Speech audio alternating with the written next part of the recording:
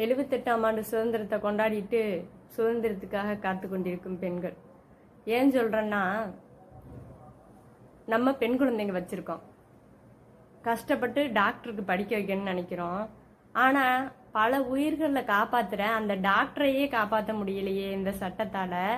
அப்புறம் என்ன தைரியத்துல பெண் குழந்தைகளை படிக்க வைக்க சொல்றீங்க? எனக்கு புரியல.